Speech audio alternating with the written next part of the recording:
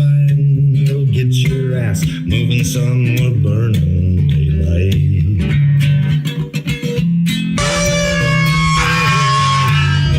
Howdy there. I'm Matt McKinley, and we're burning daylight. In the saddle till the job's done right. Welcome to Burning Daylight, the only podcast for the working cowboy. Well, howdy there, daylight burners. Happy Wednesday. Hope the week is treating you well. I'm back in Nevada. Had a really, really good trip. There ain't nothing to see in Kansas except for my family, and my family's pretty fucking awesome. So, yeah, we like. I don't mind Kansas. I really, really don't. And I talk a lot of shit on it. I don't know necessarily that I'd ever want to move back. Actually, I think for the first time ever that I can recall, I referred to Nevada as back home. So I guess that means, this is where I'm at. I don't know. We'll see. Sometimes words mean a lot. Sometimes they don't. But we'll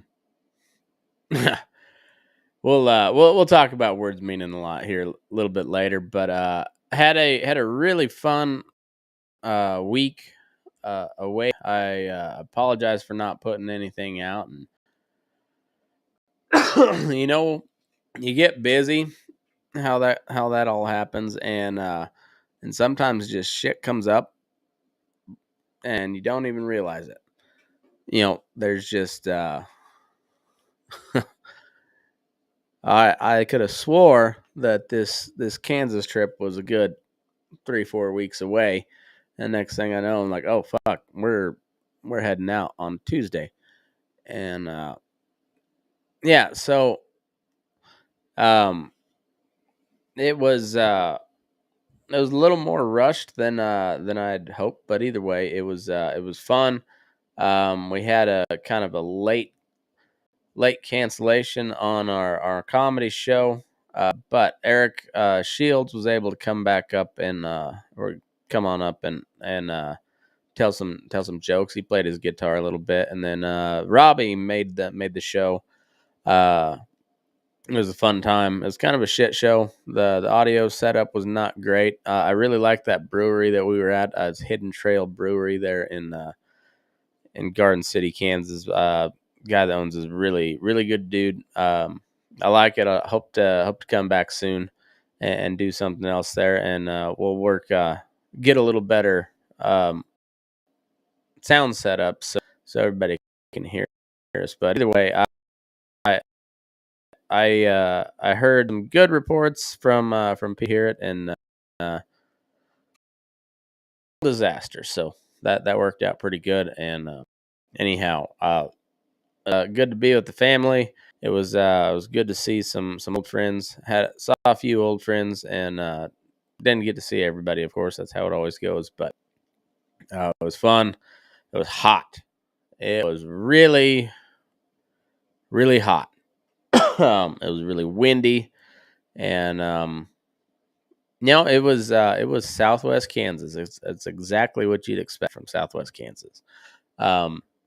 Anyhow, we had a little bit of a tragedy, and I say that with the greatest amount of respect. But there's there was a lot of cattle that died over the past week or so, and I'm gonna try to pull up the numbers on this deal. Where did I? Okay. First, all right. I'll go ahead and pop this up, but reading from the fence post, because they're pretty. I would say they're kind of a no nonsense type operation, and Similar to livestock losses due to blizzards and floods, extreme heat coupled with high humidity and lack of wind can cause heat stress and death in livestock. Thousands of cattle in Kansas were lost recently to this phenomenon. We had a natural disaster in southwest Kansas on June 11th, 2020 or 2022, and in the days that followed, that greatly affected cattle being fed for slaughter. It wasn't a tornado or flood or a government conspiracy to dismantle our food supply. There's no mystery, disease, or theory. We know exactly what happened, said Tara Barnhart, DVM, DVMMS. It's called a heat index crisis. Prior to this day, our average temperatures were in the 70s and night temperatures in the 40s. The wind was normal, and we were receiving rain showers that we so desperately needed. Barnhart is a feedlot vet in from Southwest Kansas. She said the cattle were not acclimated to the heat as it went from 80 degrees to over 100 in the space of a day, with no real cooling at night. On June 11th, temperatures rose, humidity was high, and wind speed nearly ceased. This is an emergency for cattle. Cattle cannot compensate for this type of weather event if they do not get a period of night cooling. For several days, this continued. Our people did everything in their power to save as many animals as they could. Our people are amazing and tired and weary. We lost a lot of cattle, and we are physically affected by each loss because we know firsthand the resources and expertise that go into raising safe, wholesome, and delicious beef for our consumers. There are three components of the weather conditions that to create a situation that cattle cannot handle. When you have all three, cattle build up heat in their bodies, cannot get rid of it. These high temperatures, high humidity, and no wind. These are high temperatures, high humidity, and no wind. If you have only two of these things, then cattle can usually survive as they are able to cool themselves, said Matt Thompson, former feedlot manager, owner in the United States and Australia. Events cause severe death occur over a number of days. Cattle can tolerate three extreme conditions if the danger of dying the next conditions persist. This weather event was geographically centered in Haskell County and Grant County, Kansas. This is the losses section. So, as I said, it was really fucking hot in Southwest Kansas this past week, with a climate that is superior for raising cattle for slaughter. Over 600,000 head of cattle are on feed in just those two counties alone, with 2.5 million cattle on feed in Southwest Kansas. Barnhart said she believes the actual death losses with the 5,000 head, but hopefully less than 10,000, as they are still dealing with the extreme heat and stressed cattle. Numbers devastating to the owners and the percentage of cattle in the region. Okay, so now we come to the part where, and this is one of the reasons why I don't get real upset and I don't argue too much when my bosses tell me to pull a video down off of social media. A viral video of dead cats circulating on social media, so the unfortunate losses have garnered a great deal of media attention. We are seeing 4 to 5 days before deaths 4 to 5 days before it went. Most of the deaths were in immune compromised and those ready to shoot. They are the heaviest and have the most fat. They didn't all drop dead in one day and still dealing with cattle suffering from heat stress. Media has been reporting 10,000 head or more dead, but Barnhart said the numbers have come from the state as feed yards can apply for emergency burial permits are issued, but not all are needed or used. So,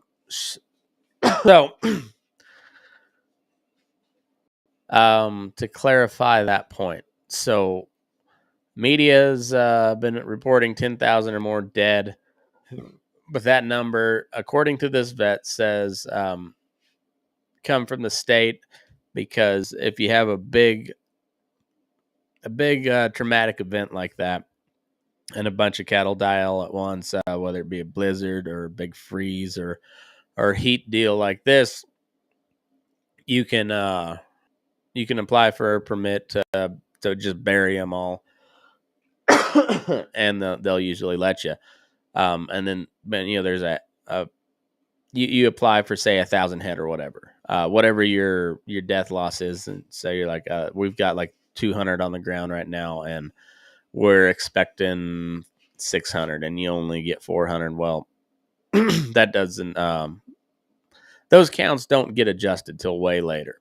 So anyway, that's how that number right here, the 10,000 head, that's coming from based off of how many emergency burial permits were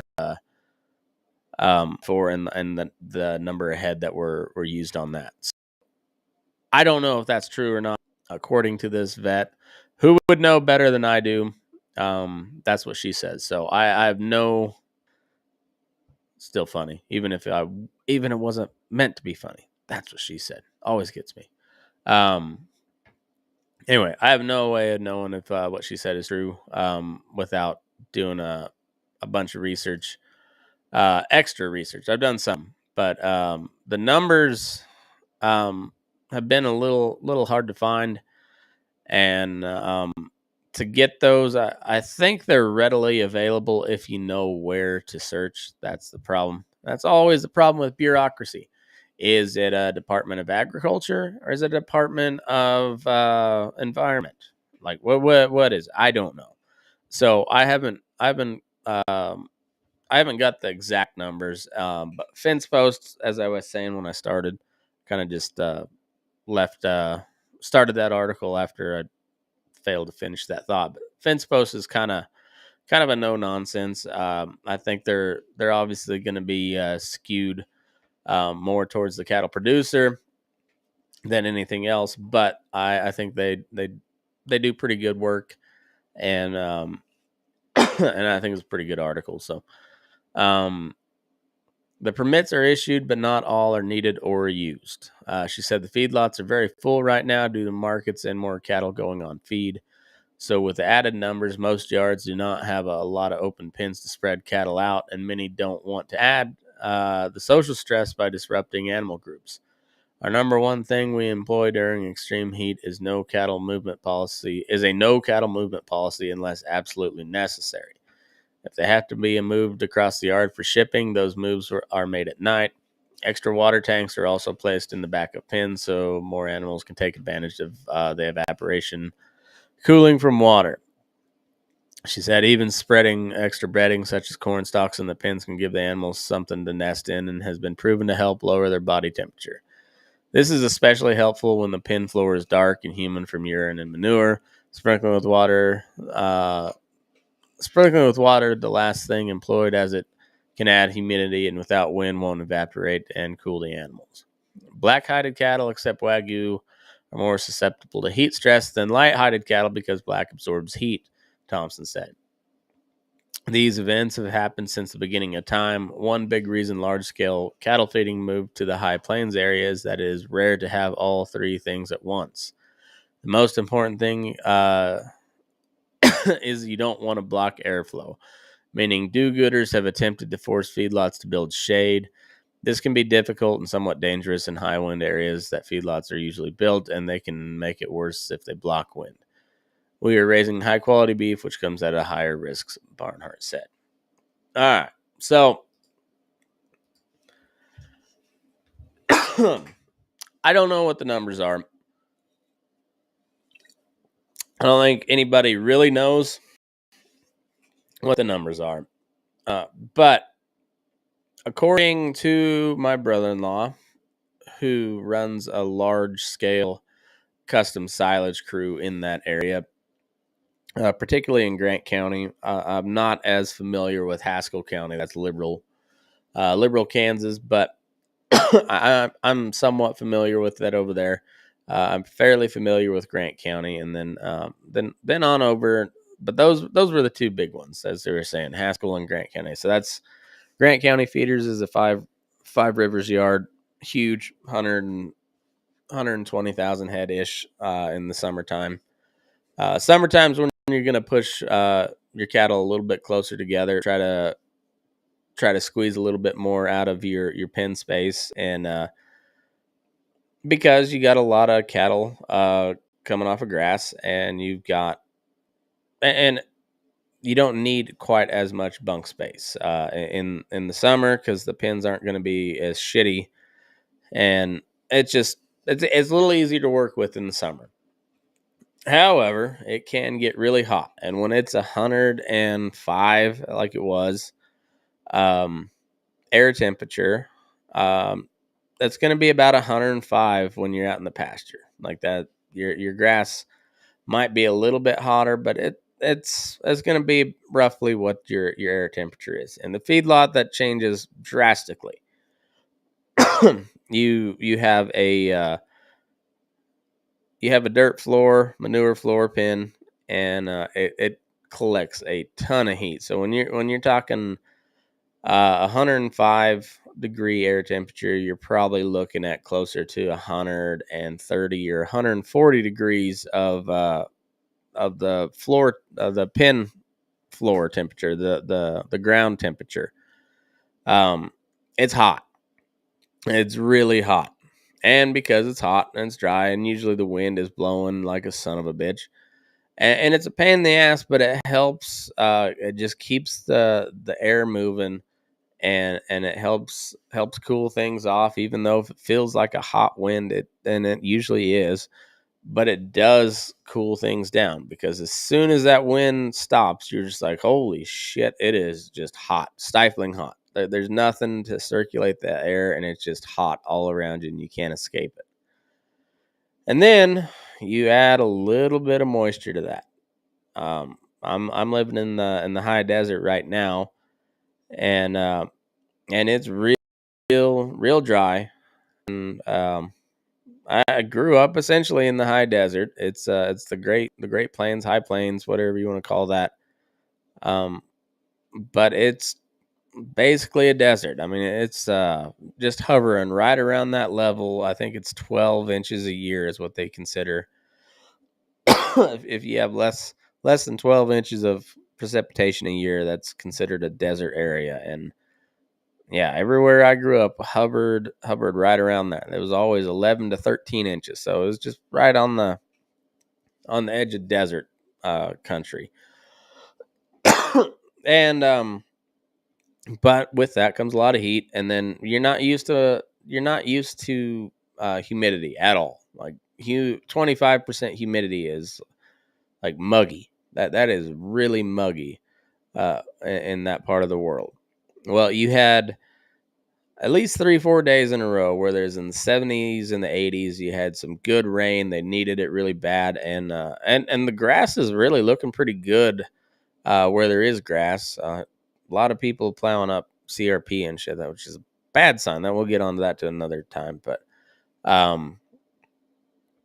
anyhow, 3 or 4 days of cool, wet weather, and then over the course of a day and a half, 2 days, from 80 degrees being the high and 45 or so at night to over 100 and just dipping down to maybe like 72, 73 at night, maybe. And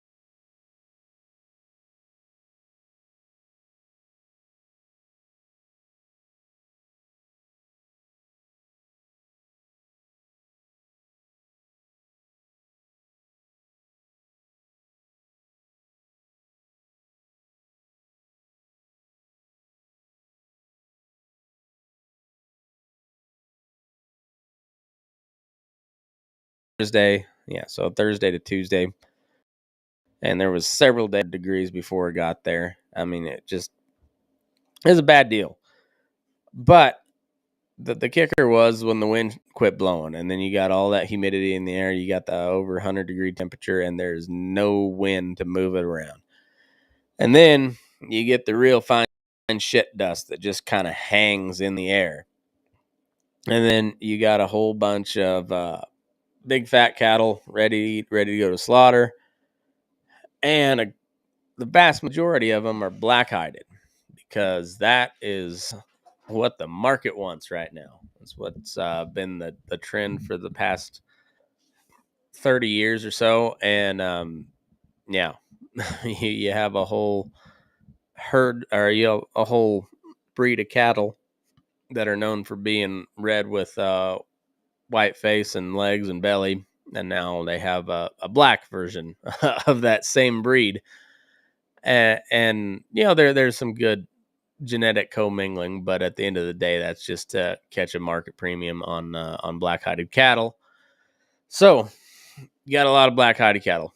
They absorb a lot of heat, and if they're on the verge of slaughter weight, so you're talking anything over like 1,100 pounds is on the verge of getting ready to go. And yeah, so they got an extra layer of fat, they got black hide, they got just sweltering heat, high humidity, and not a breath of wind, and a bunch of shit dust hanging around in the air.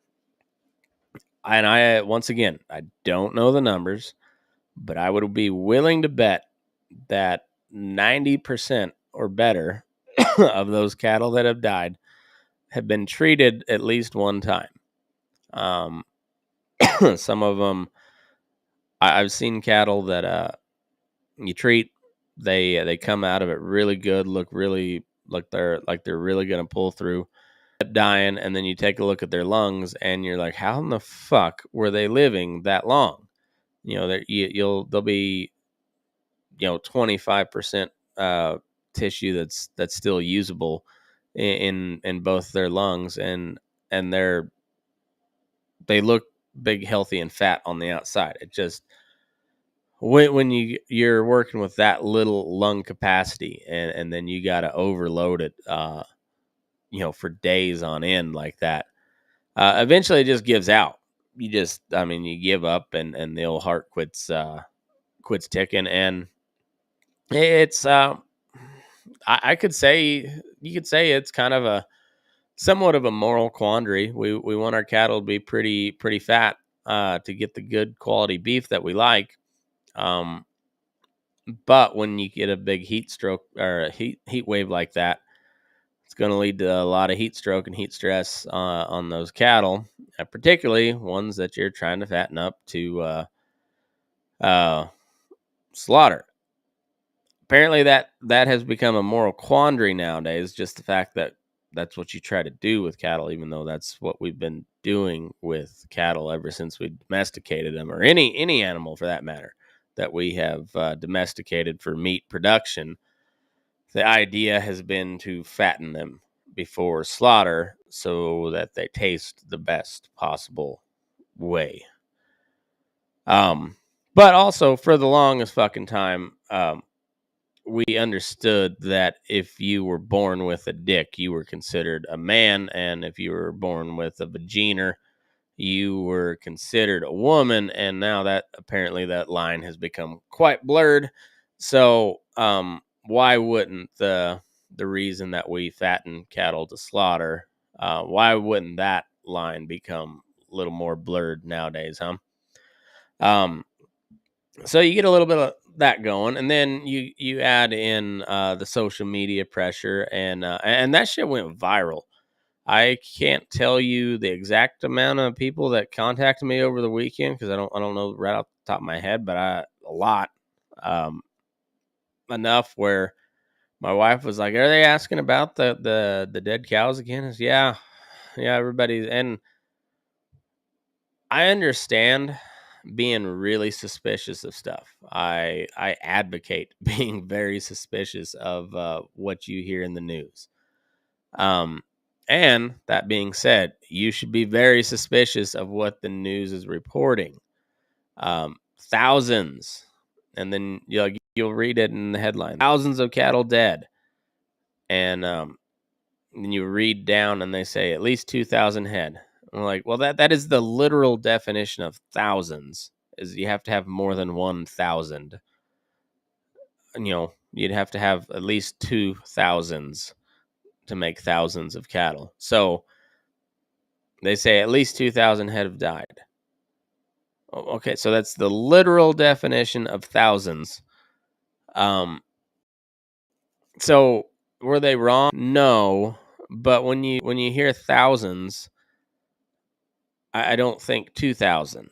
I think 5, 10, 30, 60,000. Thousands of head. I guess all the way up to 10,000. Then you say 10,000 head, and then after up to 20,000, then you'd say thousands of head. Up to 100,000, and then once it gets to 200,000, you'd say hundreds of thousands. No, I mean, I'm not much of a grammar, English teacher, math teacher, whatever. But anyhow, very, very deceptive, but sneaky. And that's how they do that shit. But then we also have to keep people that are supposedly on our side. We got to keep them honest as well. And all right, so here, I guess we'll pop this stuff up here. This is the video that was circulating that went viral, and this, I'm pretty sure. Damn it! Hold on.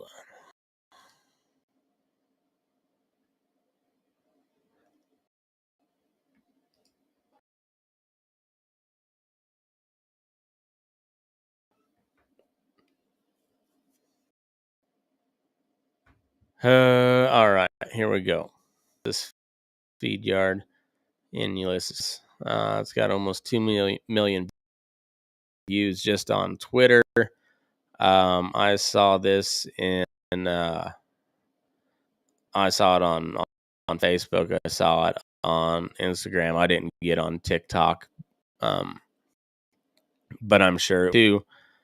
And I'm pretty sure that a guy I used to work with here in Nevada was right there in that skid loader. But yeah, that was a bad deal. This is a pretty big yard, and I don't know if it was at that feed yard or not, but I'm pretty sure that it looked like it, and they lost a lot of cattle just from reports that I'd heard. And but there's a lot of cattle there, but there's nowhere near nowhere close to 10,000 head. The most common question that I got this weekend was, is this real? And I know they're getting pretty good at the deep fake stuff to make you think shit's not, shit's real when it's not. But, and I don't know the logistics behind it, but just looking at that whole deal, I mean, it seems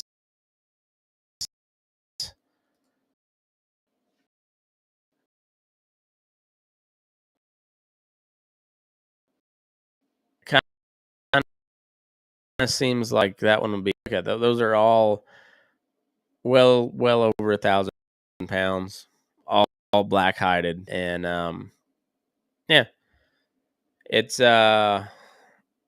fucking sucks. So anyway, the where everything went kind of awry. Chad Prather, I'm sure you all know who he is. He's kind of got famous being one of those cowboy in the truck ranting into his camera, talking about how bad the Democrats fucked everything up. He's not wrong for the most part. But anyway, here he goes. 10,000 cattle don't just drop dead from heat.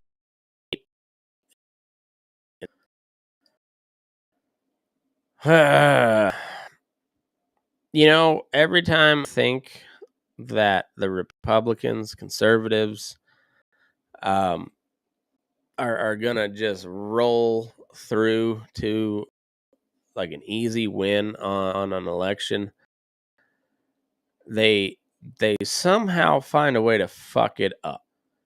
And this thing here, that's the kind of thing you really don't want a lot of press on. Like, I mean, it's a shitty deal, and it's one of those things like you tell your city friends about. But man, it just there's not a way to put a good light on it. And when you're dealing with Mother Nature,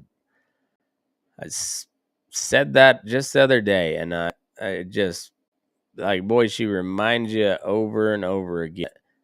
You just, no matter how much technology and shit you have, I mean, it just, the hubris to think that we can control what the weather does is beyond me. Like, yeah, I don't understand it, but um, also, all right. So I'm going to go in on this Chad Prather guy a little bit, um, because he's a big voice in the conservative movement, and he his ultimate goals are. I know he had a governor.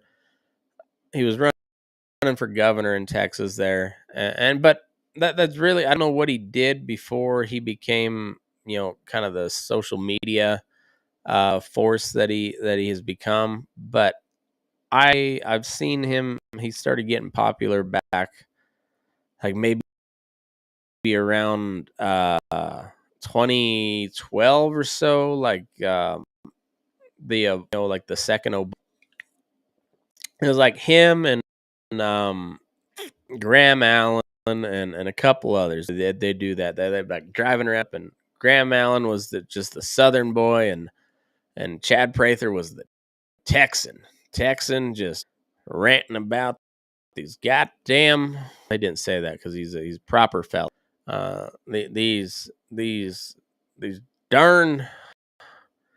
I think he's also kind of a comedian, I guess. So I don't know, but either way, it was that in that same vein, just ranting about the Democrats and this and that, and so you're not wrong for the most part.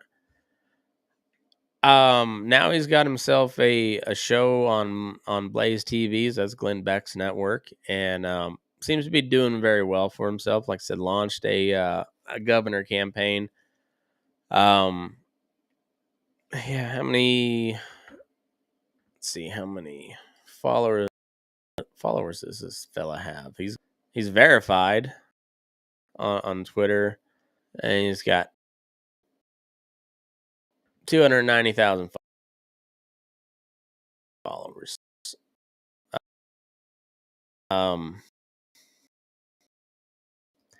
got a box where you 290,000 people, just shy of. I bet you he gets some tips, and I mean, shit, 9,000 retweets on that. Well, it was a retweet, but and he okay, so he went back and clarified it later, but I want to just read this whole deal. So 2,000 head of cattle don't just drop dead from meat. It's Kansas. It's not hell. Maybe Bill Gates has an answer since he's the biggest farmer in America and wants you eating his synthetic meat. Okay. So if we're to take your tweet at face value, you're saying this is not normal. I agree. This doesn't happen very often. It's not. Well, for those 3, 4, 5 days, it kind of was, and it took a toll. Yeah, like I said, I would bet money that 90% or better of those cattle were. eh, it's kind of morbid just having that playing in the background, but I do think it's an important thing. Like, this shit can happen. This shit can really happen when you put a uh, bunch of in a confined feeding deal. You increase the risk of disease. You increase the risk of death. I mean, that goes with any type of living animal in particular. A lot of plants too, but in anything in the animal kingdom, if you put a bunch of them closer together and close ups the risk of disease and all sorts of nasty.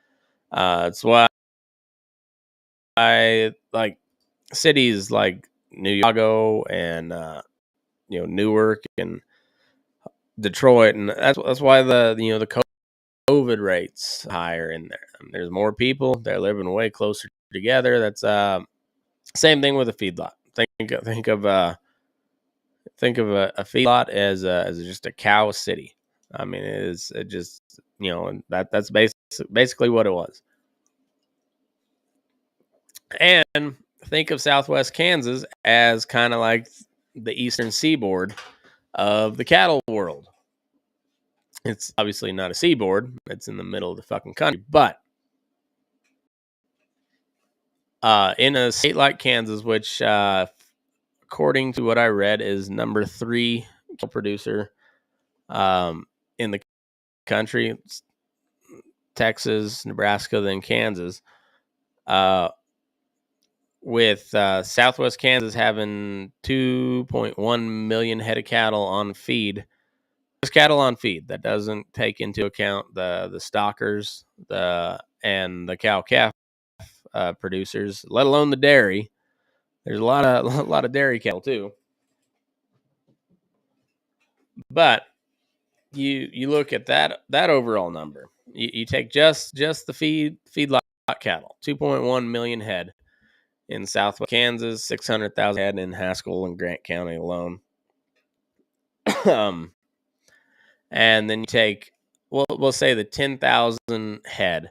I've heard numbers estimated going to be quite a bit more, and I've heard, we've read the official numbers according to these vets and stuff at just over 2,000 head. So we got a lot of leeway, but we'll take the median number. We'll say 10,000 head. Spread that over 600,000. Still a higher percentage. You don't want that. So 600,000 head, 6,000. That's 1%. You try to keep your death loss percent as much as you can. But now when you got almost 2% death loss in the span of a week, like that's a bad deal. So that's gonna hurt. Yeah. Yeah. So is that normal? No. No, it is not. Okay. Now we'll get to the Bill Gates, and you all know me very well at this point. If you've been listening for very long, there is not a single conspiracy that I will not at least entertain and kind of kick it around in my head. Not a single one. Particularly when I don't know the answer. Like I will question. Um, this one, however, um, we'll get into it. So, Bill Gates, it is a fact that he is now the largest owner of farmland in the United States, on record, on video multiple times. How he's talking about how in the future we'll be eating lab-created meat and better for the environment and all that. It also is true that over the past I don't know, year or so. Maybe it's 2 years. Can't remember the timeline on that. We've had a number, um, I would say dozens, but I don't know if we had 24. I think it was like 22 food processing plants that burnt down. Either were damaged or burnt all the way down. So if there was 24 of them, I would say dozens of, maybe, no, I think it'd have to be 25. It'd have to be 25 or more, because if it's 24, you say 2 dozen. No, that's how words work sometimes. Anyway, in the ballpark of 20 food processing plants have caught on fire in the past couple of years, so that's a fact as well.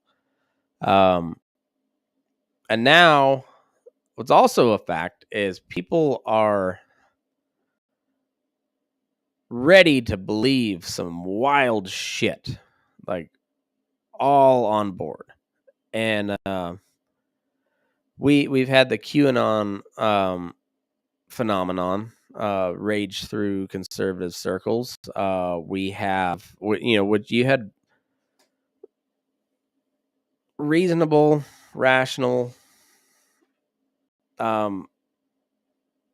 people with good brains, I would say, seem to truly believe that there was a secret military tribunal held at Guantanamo Bay, in which Hillary Clinton and Bill Barr and several other high-ranking officials were sentenced to death for committing treason.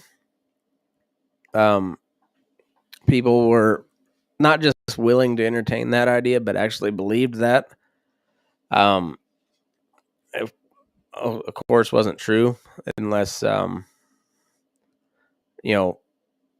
these interviews that Hillary's been doing and tweeting and all that shit. Unless that's not real, then maybe it happened. I don't know, but you had from my point of view, like a surprisingly large amount of formerly rational thinking people buy into some crazy shit.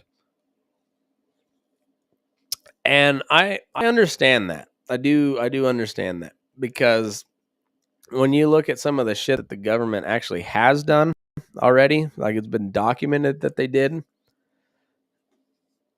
a lot of shit doesn't sound all that crazy anymore. It's kind of wild. And then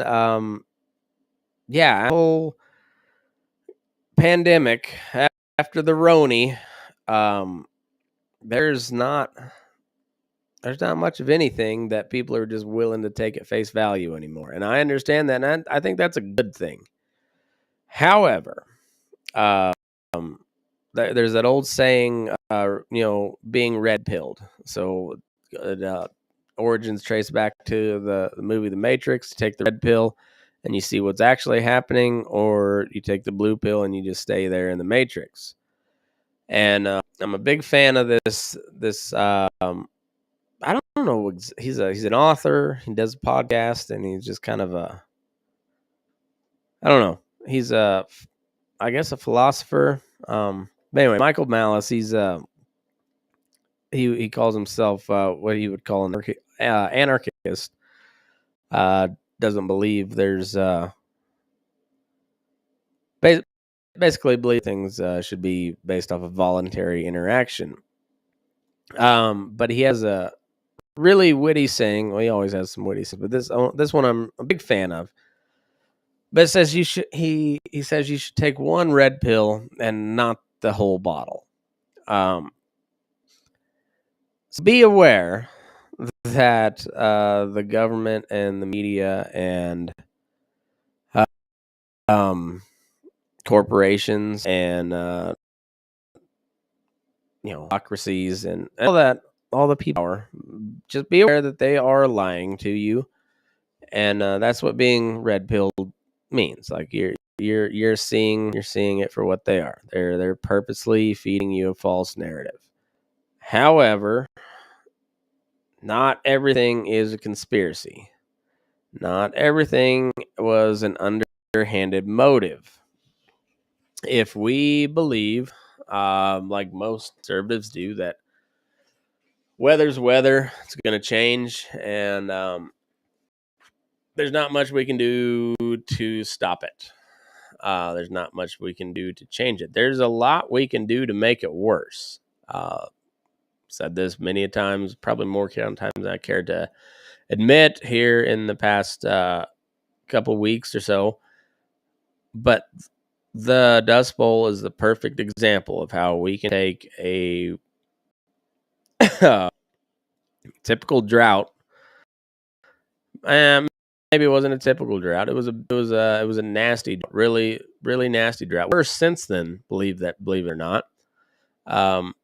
But we were able to make what was going to be an already shitty period of time of really shitty weather and make it worse by taking 30 million acres of native prairie grass and plowing it up and turning it into farmland right before a time you wouldn't be able to grow a crop there. The dirt, the topsoil blew, compounded by the Great Depression. It was a whole thing. But it's a perfect example of how we can sure exacerbate a situation, even a natural situation. We can take what was already going to happen and go ahead and just make it a little bit worse. So, on that note, we took something here that happened and we made it worse by attributing it to I guess looking bad guy for the conservative or anti kind of globalist type. You can count myself and a lot of other libertarian type people in that same camp that really don't trust big pharma. They don't trust Bill Gates. They don't trust big agriculture. Trust big corporations. And you see how these things are all kind of working, intertwined with each other, and it boils down into like there's a lot of people who would normally shrug off something like this and be like, that really sucks. And instead of sharing a pray for Kansas on your Facebook profile picture, they have the little frame. Instead of that, you share this deal from Chad Prather and said, ask Bill Gates if he's got an answer about this shit. Well, the answer to this shit, Chad Prather, is it was cool and it rained, bringing the humidity up, and then it got hot, like really fucking hot, and stayed hot and didn't cool down at night, and then the wind quit blowing, and yeah, it sucks. It's the same way 5 years ago we had a spring blizzard. I know there was one alley in the yard that I used to work. One alley alone, they lost 200 head. Nobody was saying Bill Gates is trying to kill my cattle with the snow. I didn't hear any of that shit. I didn't hear that shit when South Dakota and I think North Dakota, I don't know about North Dakota, but I know South Dakota here a couple of years ago got hammered. Nebraska too got hammered with heavy blizzards. A lot of cattle died. I don't remember anybody blaming Bill Gates about that shit. Because we know that Bill Gates can't control the fucking weather.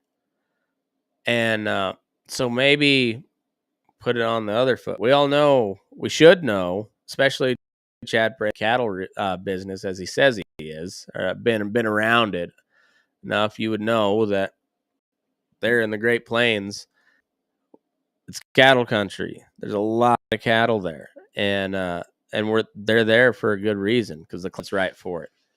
But sometimes the climate gets really extreme because it's an extreme part of the world.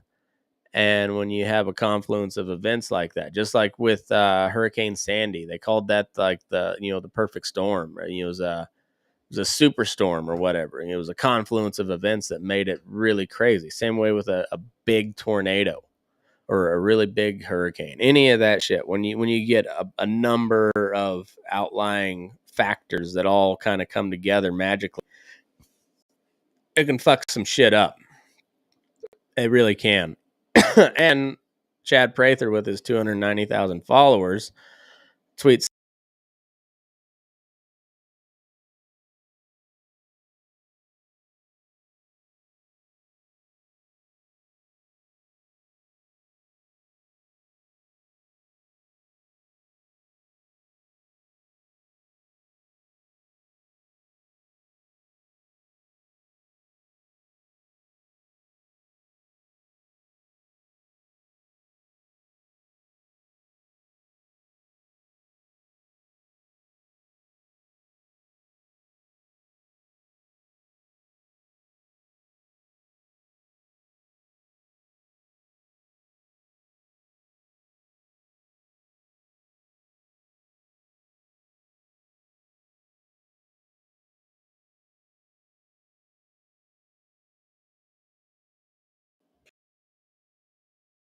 and I can see the connection there with with the synthetic meat deal, because if there's no real cattle to kill, then they'll be forced to eat synthetic meat. However, if we go back over the numbers, um, if we're talking all 10,000 head, and if it was 10,000 head, if they all came from the two main counties affected, Haskell and Grant, which they're not. I know they're not, because it said in the article they're not, and also know people from other counties that also lost cattle through this. But just for to simplify it down, we're talking 600,000 head in those two counties alone, and we'll speculate and say 10,000 head, or we'll even say 20,000, or not 20, 12,000 head. So that'd be 2% death loss. 2%. 12,000 head.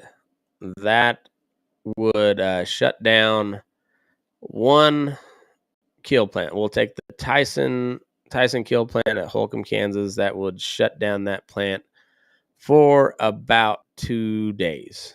2 days worth of cattle that they would have to go find. In the grand scheme of things, it's a drop in the bucket. For the particular event that happened, that's probably a once in a decade type loss. Maybe once in 5 years. I don't know. We'll say 5 years. It's been about 5 years since they had that big of a death loss in Southwest Kansas, and that was during the blizzard of April and May of 2017. I'd venture to say that'd be the last time they lost the cattle in that big of numbers. So also they were underwater here a couple of years ago, and this is just media hype. And this fucking guy, Chad Prather, every man, sticking up for the rural folks, getting upset at Bill Gates over the weather, because Bill Gates can control the weather and he wants to put a vaccine in you. One of those things is true. And I ain't met anybody yet that can control the weather, and I ain't read about anybody yet that can control the weather. So, that being said, unless you truly believe that man can change the weather to the point where they can direct a heat event like this, then no, this was not a man-made event. That this and the funny thing about it is all of it, the way it all came together. Is it at the hottest it's ever been in Southwest Kansas? No, not by a long shot. I think it's the record temperature for this time of year is going to be up over 110. So they didn't get that high. Was the humidity overwhelming? Probably not. I don't know. I'm guessing it was like 50-60% humidity by the time it got really really hot. And it did blow, but when it didn't, it made it even worse. And it's just hot. And you add the feedlot environment into that. Yeah, it makes for a shitty deal. I can speak from a wealth of experience. I'm now, it's 2022, going on 14 years. Yeah, I guess. Yeah, just past my 14-year mark in the feedlot. It's hot. It gets hot, and then when you're in the pens, it's even hotter. That's what it is. No, and then I can keep harping on this Chad Prather guy because he also came after somebody pretty hard in the comments. Got really kind of rude about it because they corrected him on his bullshit, and then he tried to walk it back. And I think I got the thread pulled up here. Let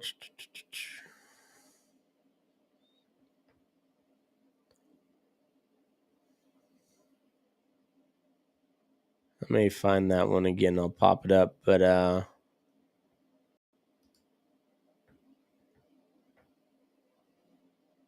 he did walk it back a little bit, but he also came after some people that called him on his bullshit. So he said, "I've never been anything but an advocate and of the cattle industry on a level. My tweet earlier this week was taken completely out of intended purpose. It was an attempt to defend the industry and point out how there's a lot of enemies to the industry." Okay, so let's go back to the original. It's Kansas. It's not hell. 10,000 head of cattle don't just drop dead from heat. It's Kansas. It's not hell. Maybe Bill Gates has an answer since he's the biggest farmer in America and wants you eating his synthetic meat. Okay, so that not so subtly implies that Bill Gates has an answer to why 10,000 head of cattle didn't just drop dead from the heat, because 10,000 head of cattle just don't do that. All right, back to the thread. The Green New Deal puts a direct target on beef. The push for synthetic meat doesn't help. The media wants to drive a narrative. I will always use my platform to expose their agenda. Okay. So, in what way did you expose their agenda? Because you insinuated that Bill Gates was behind this and it was all a push for synthetic meat, that there was something sinister. Okay. No one supports ranchers and cattle growers more than me. I bet you there are. I have been active in that world for a long time. What happened in Kansas was, in terms of its scale, there were numerous factors besides just the temperature getting high, fatted black hides, humidity, temps at night, no wind, no time for acclimation, the perfect storm. Forgive my attempt at satire and referencing cattle enemies such as Bill Gates. I have the utmost respect for people and never meant to pile on to emotion that goes with such a lot. My original, and in response to the media narrative I saw being pushed, tons of misinformation has been pushed since. Make no mistake, the cattle industry has a lot of enemies. My failed attempt to fight for it is regretful for many reasons. All right, so he's basically saying he was taken out of context, but everything he's trying to say here, as opposed to what actually meant, he said it was meant as satire. Satire is usually supposed to be funny, and maybe this was funny to somebody. I'm not seeing it. I'm not saying it was. I mean, I don't know. Maybe I'm biased on this because I just don't particularly care to see a bunch of dead cattle floating across my timeline. That usually means people in my line of work are gonna get a shit on for a little while, and I'm just not a big fan of that. But I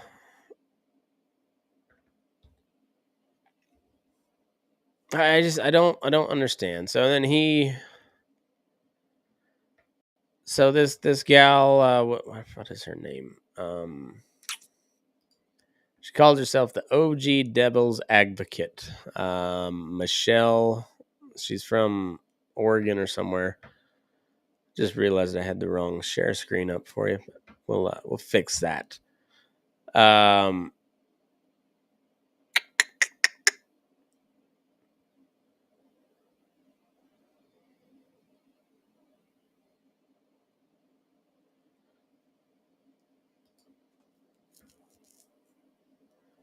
him.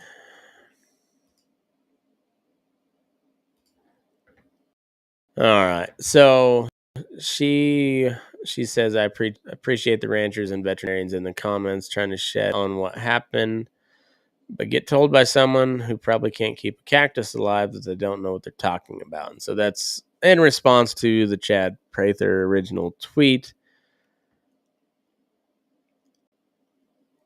And he said, well, point of fact, it doesn't just happen. There are extenuating factors beyond just heat. Read the context of the tweet. And yes, there is a war on beef in America. And no, Bill Gates does not have any answers. The fact that you read the negativity into this is your problem. No, dipshit. She read what you put. And it did not seem to have any sort of humor behind it. I just if you're gonna be wrong, just be wrong. Like admit when you're wrong and move the fuck on. If you gotta apologize, which I don't care if this guy apologizes. Like I didn't see him out there trying to water cattle down or try to bet them or trying to do something to alleviate the heat stress. Let me tell you, that's a helpless fucking feeling. You know that if you spray them down with water, they're gonna be cooled off for a little bit, but then it's gonna raise humidity in the pen, and that's gonna make the heat index higher. So then you gotta cool them down again, increasing the humidity in the pen again. And so you might be better off just not spraying water on them at all. And then, like, they still just die on you. They just fucking die. Their lungs and their heart give out, and there ain't a goddamn thing you can do about it. It's constantly been the struggle of agriculture. You fight Mother Nature up to a point, but if Mother Nature don't want you to win, you ain't gonna win. And this was one of those situations. And I gotta say, a lot of you that are in the cattle business in particular or been around it are acting like a bunch of fucking morons. Like I enjoy a good conspiracy theory. I really do. But my God, man, like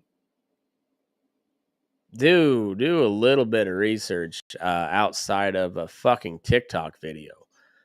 Yeah, were those real cattle? They were. But to somehow equate this, like, I would not have taken that I might have taken that video, but I would not have posted that publicly. That's not something you want the general public to see. And I'm not for censorship, but I'm for freedom of expression, and I would not feel free to express that video out in public. That's be like just showing a video of your dead grandma at the funeral. I just like I don't that one's I think it was very poor taste that whoever did that. I think you guys and I'm not the best example of this, but like y'all need to pay a lot of close attention to what you share on social media and how it might be weaponized against you. I think there's a lot of times people get a little too bent out of shape about it, but also a lot of times they're right. And this one, it took somebody from who's supposedly on our side, ran with it to stir up a little controversy, and then attacked people when they called out his bullshit. And so fuck that guy. And I don't want to say any tell anybody else to fuck off, but like I do just the basic amount of research. Maybe look at weather.com and see what the historical data says on the weather situation. That'll tell you most of it right there. Like you can just go look up Ulysses, Kansas, weather.com, and go back to like the 30-day previous.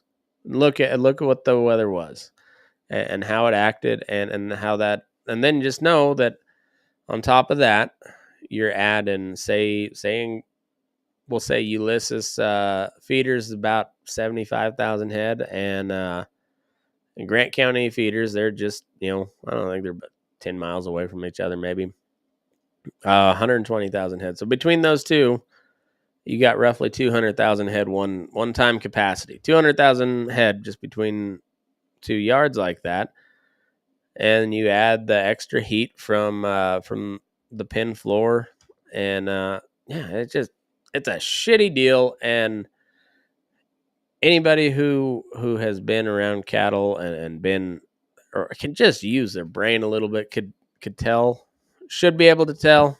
I understand that you can't really trust what the news is saying, and I do appreciate people that reached out and asked my thoughts on it. I do appreciate that, because that's one step of doing your research. You guys know that I work in a feedlot and have for a long time. I can tell you a little bit about these things. I don't know from firsthand experience on this particular deal, because I don't work in Kansas anymore. I was there right after it happened, and it was fucking miserable weather-wise, I can tell you that. So yeah, there's I don't know, 10, 15, 20. I'm not sure exactly how many people messaged me on this deal, but thanks. Yeah, I appreciate it. That's doing a little bit of research. So that's all it takes. And I told you, I said, no, that shit's real. That shit is real. There's no conspiracy theory behind it. That was just a shitty weather event. And yeah. So anyway, people that bought into that bullshit, do better research, and focus your fight on shit where you can actually have an impact, maybe. But because if Bill Gates can control the weather and just have it hover just shit hot weather in such a way that's going to kill a large amount of cattle like that, then we're fucked. Like we can't beat Bill Gates if that's what he can. My pony off a cliff tomorrow, but he can't, and we all know that. So use your fucking head a little bit, okay? Don't fall for all the bullshit. Entertain the idea, but then think, how would this actually happen? How would they go about poisoning all of these cattle? And it's not like widespread death from yard to yard. It's a significant increase in what their daily death rate is for sure, but you're not talking the whole yard dying, and it's not contained to like a single yard. No, it's widespread throughout these two. It's kind of localized in 2 counties, but there's a lot of room in between those feedlots, and there's a lot of those feedlots. There's a third of the capacity that's made up by 2 yards, but there's still a fuckload of other feedlots in those 2 counties. And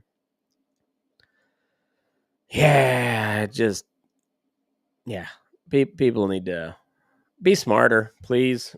Try, at least. Research, read, ask. That helps. And I would take anything Chad Prather says with a large grain of salt. And especially like how he kind of walked back his statement, but also was like, I was doing this to help.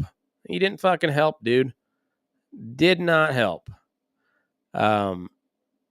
You stirred up a bunch of shit based on nothing. Also, like, I know the whole Bill Gates conspiracy theory, and I'm not saying there ain't nothing to it. I'm just saying you stirred up a bunch of shit unnecessarily because you're a douchebag. So anyway, fuck Chad Prather, and that's it for me today. Make sure you go check out the Patreon and everything. That's the best way to support the show. I'll try not to be a douchebag and get you alarmed over nonsense. But can't promise anything. I'll try. But anyway, patreon.com/burning-daylight. Please go check it out. Subscribe if you'd like to help out the show. Anyways, have a good week. Stay hydrated. It's hot out there. And move your ass. We're burning daylight.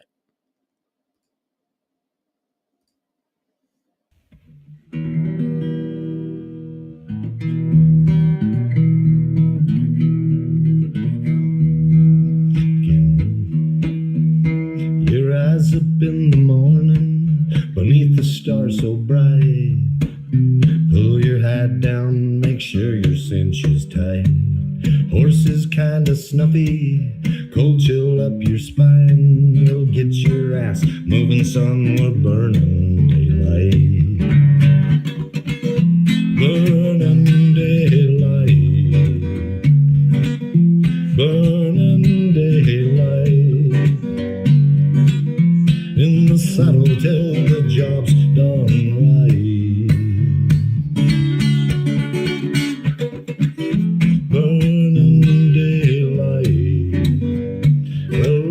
Just together, and you won't catch 'em all. But when you ride through the gate, make sure you sit up tall. I can see the horizon, it's looking pretty bright. Well, get your ass moving, son, we're burning daylight. Burning daylight. Burning daylight. In the saddle till the job's done right.